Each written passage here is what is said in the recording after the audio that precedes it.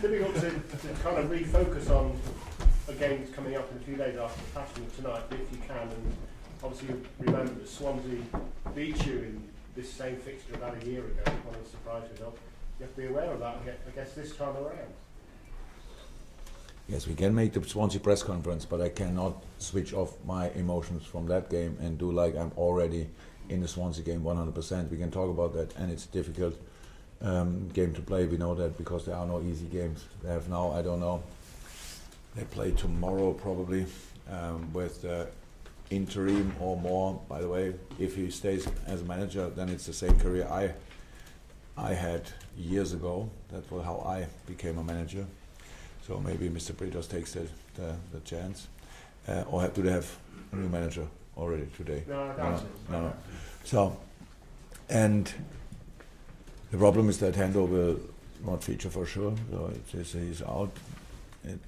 That makes it even worse, the feeling of tonight, because so far we were really okay with kind of injury. And now it happened at the beginning of this period or the middle of the period, whatever.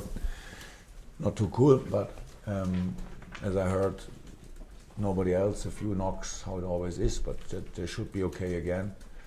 And yeah, that's the situation. So Swansea, if they win tomorrow or not, or if they whatever, they are under pressure, and that's clear because they fight for the league 100%, and it will not change until Boxing Day. But we will be ready, and we will perform if possible, like tonight, and avoid the mistakes we made tonight. And I don't really remember the game from last year, to be honest. You said now we lost it. Yes, I remember that we lost it. But that's not the plan for Boxing Day. Can I pick you up just quickly on that parallel between you becoming a coach? I gave you a story, yeah? Welcome. That Britain has. Do you feel that he will be, have that extra determination, being a lifelong Swansea man, to do something to turn their fortune? I would now like to say I know him well. That would be a lie. I know him as a player, of course. So, but how I said that, what Mainz did with me, lifelong player. He's much better footballer than I was, so that makes it even more dangerous. And so I think there's a chance. Why should not? They play tomorrow Crystal Palace, right? So if they win that, he will be probably the manager in our game. I hope I can avoid that, but if they win that, then he will stay there. That's how it happened to me. So, but we will be between these dreams, and that we know our situation. Again, I said it to all the other colleagues before. The draw feels really not good, but that's good, because again the better side was draw number 8, and we should have won like all the other draws we had. So that's in a development, even when nobody want to hear that, a very important thing. It's a very important thing, and in a very difficult league, performance-wise, we are really consistent so far. If we stay consistent and avoid our mistakes like tonight, we will win much more football games than we will lose or draw. And so was tonight, and so it will be against Swansea. We have to perform first of all, and then we will see how the other team can react. It'll be the second in a run of 5 games in 15 days, culminating with a Merseyside derby. You'll have to rotate. Will that include the goalkeeper this time? We will see. We will see. No, I didn't make decisions about lineups now in this moment, so I didn't. That's not even. Perhaps I didn't think about it until now. James, BBC Merseyside. Jurgen, I know it's still fresh after the game, but this is only the 3rd time in the last 8 years that Liverpool have been in the top 4 at Christmas. So, do you feel that there is progress being made overall? Will we stay there? I don't know. If we have enough point difference that we stay on the 4th position until real Christmas, yes. Because Arsenal can't go. Yeah. I think Burnley would need to win 14-0. Yeah, thank you. Yeah, now that feels much better now. So what can I say? How many times in the last how many years? This will be the 3rd time in 9 seasons.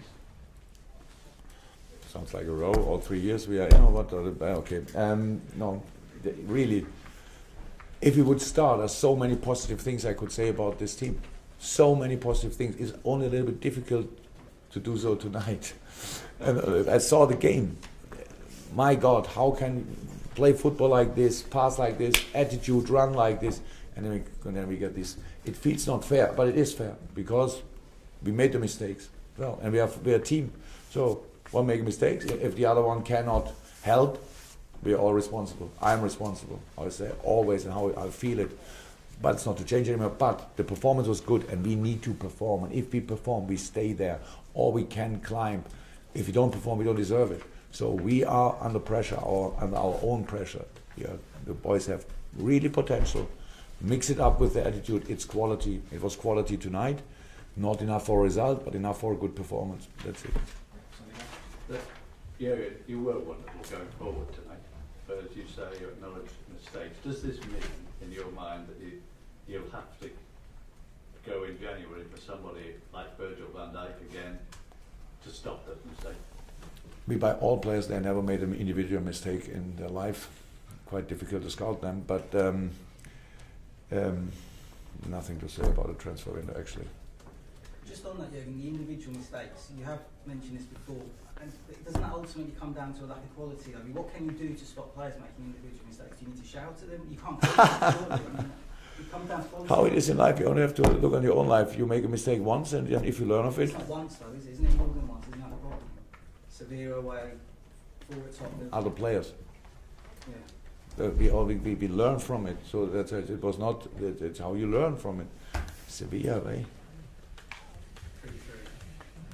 I know the result, but individual mistakes?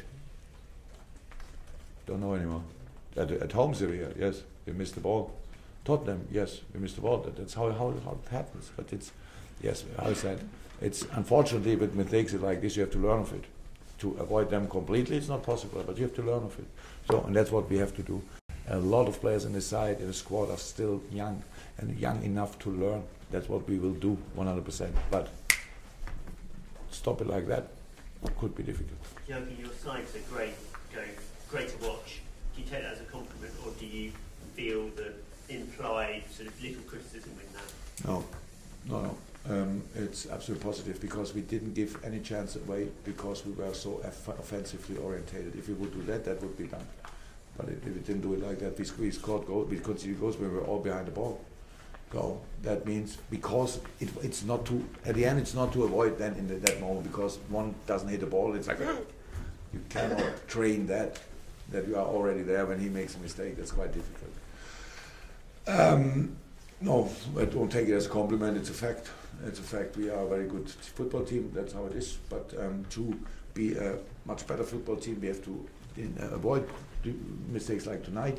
We have to use our chances more often. I said it would be strange, but the perfect, the deserved result tonight would have been 6-3 for us. Well, now it's 3-3. That's how it is. Scoring 6 goals at Arsenal. So what should they say now? How can you let them run through all the time or stuff like this? So we all will continue. Arsenal is still a fantastic football team. We are not so bad, and I don't need compliments, and the boys don't need compliments. What we need is consistency. We have consistency performance-wise, not always genius, but really on a positive side, and unfortunately it still leads to too many draws. That's another truth. Has to be the last question, guys. You'll never have a problem scoring goals, that's clear. I mean, you should have had 3 by half time, easily, at minimum, if you like. But your ultimate aim must be to win the Premier League title. Do you have to really get that defence absolutely right because otherwise you're not wasting, but all the great forward play you're having is kind of being let down by the number you're conceding, avoidable goals you're conceding. And if you're going to go for the title, have you got to be tighter in defence? Maybe a language issue, but if I say what I say and you ignore it all, when I say it was individual mistakes, so yes, if we find players that make no individual mistakes, we have to change everything. But they will make it. It's not about that. If we have to defend better as a team, 100%. But these goals tonight, and as the last goals we had, it was not about, we are not, ask any team how often they outplayed us. That's defending. So they pass this, pass that, and then they're in the box and score. That doesn't happen. Yeah, set pieces happened, but we are even there better. We score now more often than we concede. So we are on the way. We are on the way. And this question about defense, and we have to keep the team together and improve the team. Or if we can't keep it together, we have then to involve other players. That's a job for the future. This year, I don't think that anybody apart from Man City or maybe United has to think too much about how they can win the league. We have to qualify for the Champions League. We have to finish as high as possible. It looks like we could be 2, 3, 4 this year. It would have been a fantastic situation. Not a dream, but a fantastic situation. And so that's what we are working on. And for this, yes, we need to improve in all departments. And if we would have scored tonight 6, we could have conceded easily 3, and nobody cares about it. And it's just a nice evening for all football supporters. Take it as a present, 9 goals, so it was only 6 goals. And now Arsenal can take it as a present.